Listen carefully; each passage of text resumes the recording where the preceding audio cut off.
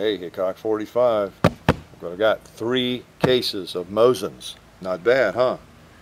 And you all have been requesting that I do something with the Mosin Nagant PU Sniper for years, I guess. And I think there might be one mixed in here. So I'm going to see if I can find one in the mess of Mosins here. Uh-oh, I think I spotted one. Oh, there's several. Well, I wonder which one is the most accurate, because I am not Vasily Zaitsev, and don't count on me being him, right? This definitely isn't Stalingrad, because nobody's shooting at me, and it is really hot and humid today. So for a lot of reasons, this is not Stalingrad. I found some ammo in there too, by the way. So, surplus ammo of all things. Is that a pretty rifle or what? I mean, for a Mosin, it's pretty. They're not quite as pretty as a lot of good old bolt milsurm guns, but they're interesting. They have a lot of history, a lot of character. What we'll do is load this thing up and take a few shots out at 230 yards. I'm going to try. You know, I'm not a long-range rifleman, but you all wanted this now, so don't laugh at me if I don't hit anything, okay? But this is the real deal. This is originally configured to be the Sniper, the PU Sniper. It's not a faked out remake or anything like that. It's some of these start out as a 9130 and people turn them into one of these, which is okay. But this one, as I understand, we want to thank the MosinCrate.com for giving this to us. And those guys know their Mosins. And this one is an original that has matching numbers, and I mean, it had some electro penciling on the scope mount. You know, that was probably during a refurb, was maybe changed out. I don't know. I think maybe they put the original serial numbers on that. That's been electro pencil. I'm not sure about that. But the other numbers on the receiver and the bolt and the butt plate, all that match. So pretty cool rifle. Think I got the scope fairly close, at least close enough for government work. No, not Russian government work. What I would classify as government work for me, being able to hit a basketball at 5 yards, you know, something like that. So here we go. Let's put 5 in it. A little more awkward to load, of course, because you have this scope in the way, this PU in the way, right? And that's what PU really stands for. It's a scope. This particular type of scope, I think there was a PE and a PEM scope, and this is the later version, the PU scope, okay, the PU. So, yeah, I'm not an expert on that either, but that's what that stands for when you hear people call it a PU Sniper, all right? Indicates scoped, all right? Now, it's got an interesting reticle. John will probably give you a look at it. If you've seen what's the movie, The Enemy at the Gates, you know, you've probably seen that reticle quite a bit. It's that European style. I don't know what it's pointed at, but you can see the reticle, and that's what I'll be looking at when I miss the plate over there at 230 yards. It's about a 10-inch, 12-inch plate. I'm going to take some shots at it.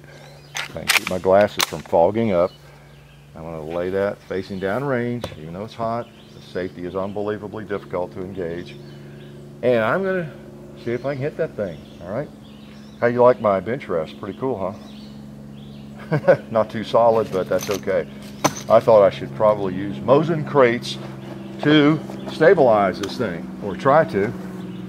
All right, hopefully we got the scope on pretty close. Let's put my ears on in case I shoot loudly, because that is entirely possible with the, I think I'll turn my hat around. So yeah, there we go. Like a real sniper, okay. Because I'm going to be trying to hold on way out there. All right. See if I can stabilize this thing.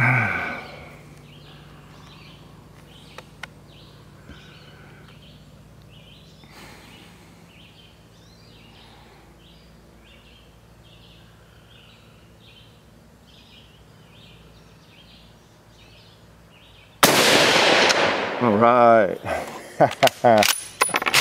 That is a good feeling. I see why long-range shooting is appealing to some of you. I don't hit that often, so it's a big thrill for me.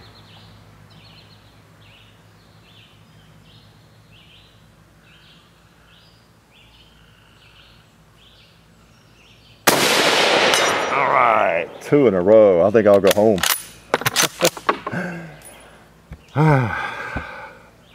Again, we're shooting across the first hill. For those who don't know the range that well, to the second hill over there.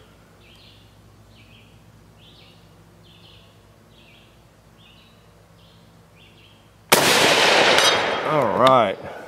Well, that sight must be on. I guess I'll try one of those little targets that I shoot at in the chapter 2s over there sometime.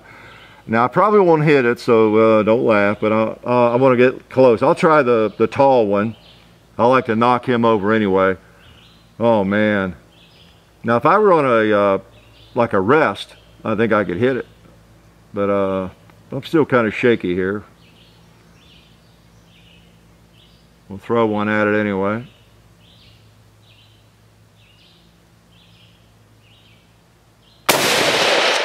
Ooh, I don't know where I went, but I'll take one more at it.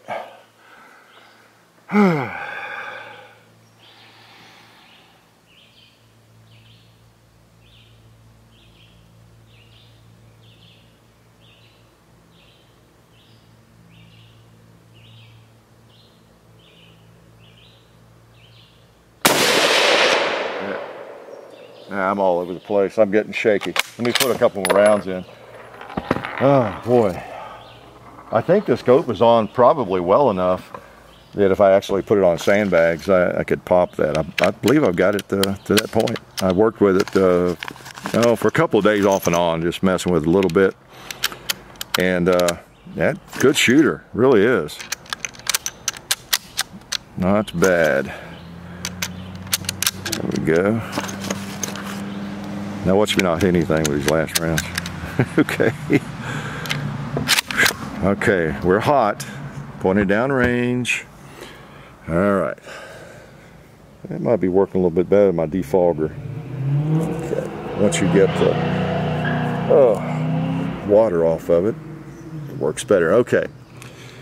So again, this is pretty cool. This is a sniper rifle. That's what it is called, the PU Sniper. And let me get closer and get as stable as I can, just shooting with my arm like this. Just because you have a scope, you know, it still moves around just as much as your iron sights. And very tricky.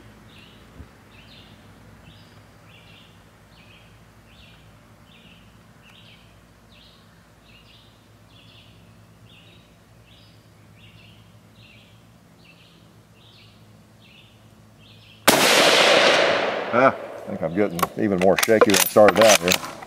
Okay. I'm going for the plate again.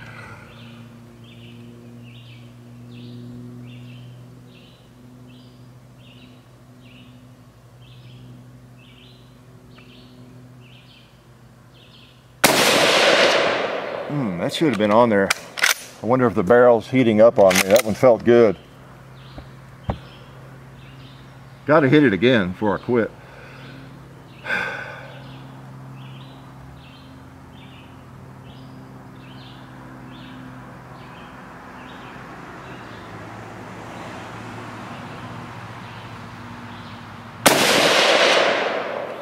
All right, maybe it's going low. Let me bring her up a little bit.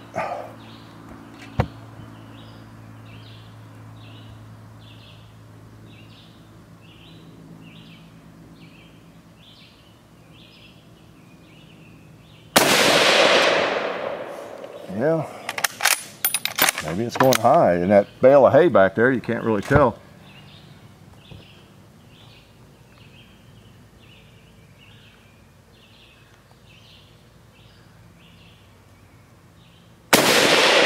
There we go. Yeah, it was going high on me. Okay. That one I held down where I was before. I've heard that about them, that if, you know, as they heat up, and of course it's about 95 degrees today and humid, as they heat up anyway, your groups open up, and it's been my experience over the years with different firearms that, especially rifles, that the point of impact rises, but that's apparently what was happening there. But anyway, I got him again, so that's good. On the last shot. Pretty cool, huh?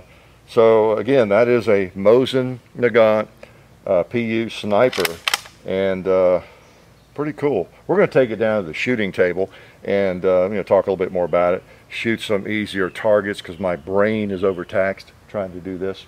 So I'm going to go on down here, and John will probably follow me down here. Okay, we're losing our clean rod, aren't we? Okay, we're down at the shooting table now. As you can see, that was fun shooting from back up there. You know, for those who are new, you can't see the targets at 230 yards from here. You have to go back up the hill there in the front of the house, basically, to even see those. That's why we go up there to shoot at the longer distances, whether I hit or not, right? So yeah, Mosin Nagant PU Sniper. You can see the markings indicating it was made in Eshek, you know, instead of Tula, and 1944. Serial numbers matching, and just a nice rig, original scope, the PU here, and I adjusted it. I got it pretty close on. The misses I was having were just me, or the barrel heating up, and am I continuing with the same hold? It really is hot. You can't believe how humid it is. You can see we're just soaked, and I guess the barrel heats up even easier. It doesn't take long, so it does change the point of impact a little bit. I guess it might have just been me though too, so who knows. Got to grab every excuse you can. But this is a nice rifle, and again, and of course those crates were empty. That was a joke, and I know a lot of you think I have 3 crates full of Mosin sitting up there in the yard, don't you? Well, I wish. But we do appreciate this gift from the MosinCrate.com. This is cool. This really is. And I'll shoot a couple more shots here. I have a 2-liter over there I put by the gong. Let's see if I can hit that thing. Okay, I'll probably try to get some stabilization here on the table. All right. Although I think I do better offhand, probably. See if I can find it. There it is.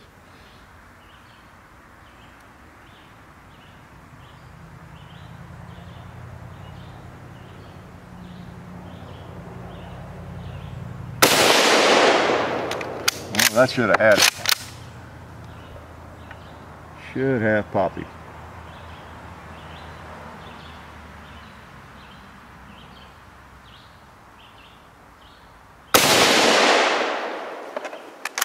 Okay.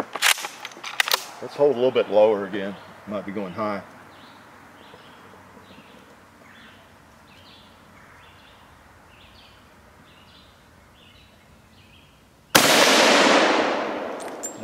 Let's try that watermelon. Now I'll come back. I can get a better idea of where it's going. We've got a cinder block with a watermelon on top. I'll hold right about the bottom of the watermelon, see what gets hit. The watermelon, okay. Let's go ahead and put one on that cinder block.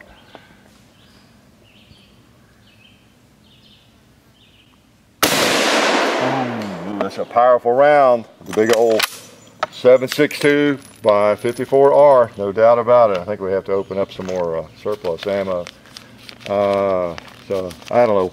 We'll get it out here one of these days, and with a rifle rest, I have a couple of nice ones, and mess with it some more. Maybe with some different ammo even. All we have right now is the surplus, which is not bad, of course. We got to get that round up forward. Notice that you really get into trouble if you get that rim back there too far at all. You're better off to start it up forward and then bring it back. Okay. Big old round, and they're still quite available actually. The 7.62 by 54R. I think it's gone up a little bit. In some areas it's not as easy to find, but that's one thing that keeps these Mosin so popular, is the ammunition is not all that expensive for such a powerful centerfire round. Okay, all right, so let's finish off that block if we can, then we'll take a couple more shots at that 2-liter. Well, I'd hate to have to leave a 2-liter, but it is so hot, and my glasses are getting fogged so fast. Let me just try offhand.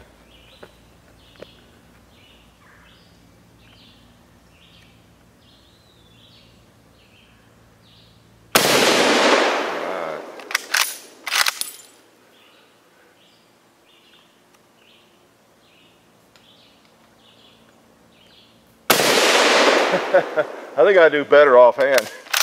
Let's try the 2 liter. Where is it? Where is it? There it is.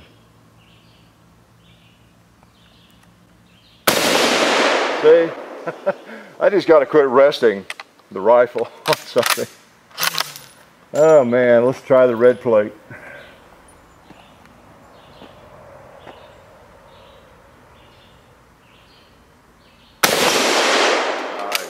Nice. Ah, I knocked it off. That's a powerful round. What did I tell you? All right. Now the toughest shot of all, and you know what's coming, right? This 2 liter right here. I do believe this round will destroy it. Pretty cool. So, you know, I hesitate to shoot a scoped rifle offhand as much because it really, you know what I'm talking about if you've done this. It's really annoying because you're magnified and the crosshairs, every little bit of movement is just exaggerated. You feel like, oh, there's no way I'm gonna hold this thing steady enough and get the trigger break at the right time. You really have that feeling, more so than with iron sights. It's just a fact. So, but I overcame my mental limitations there, and if you can hold it steady, it's going to hit wherever the sights are when you pull the trigger, right, when it breaks. So, but anyway, this is a pretty neat rifle. I'm not a rifleman, but I enjoy rifles, and especially historical rifles. So this is pretty neat to have one of these to add to the Mosin collection. We've got several now, and this one's different. It really is. It of course has history too, and it really is a sniper rifle. A lot of people, especially young people, think that anything that has a, not everybody, but some people seem to think that if it has a scope on it, it's a sniper rifle, whatever that means exactly. But this really is the Mosin Nagant PU Sniper. So I took a couple of shots with it. I guess that makes me an official sniper, right? I'm an official sniper. So again, we appreciate this gift from the MosinCrate.com, and we will probably bring it out again sometime. Life is good.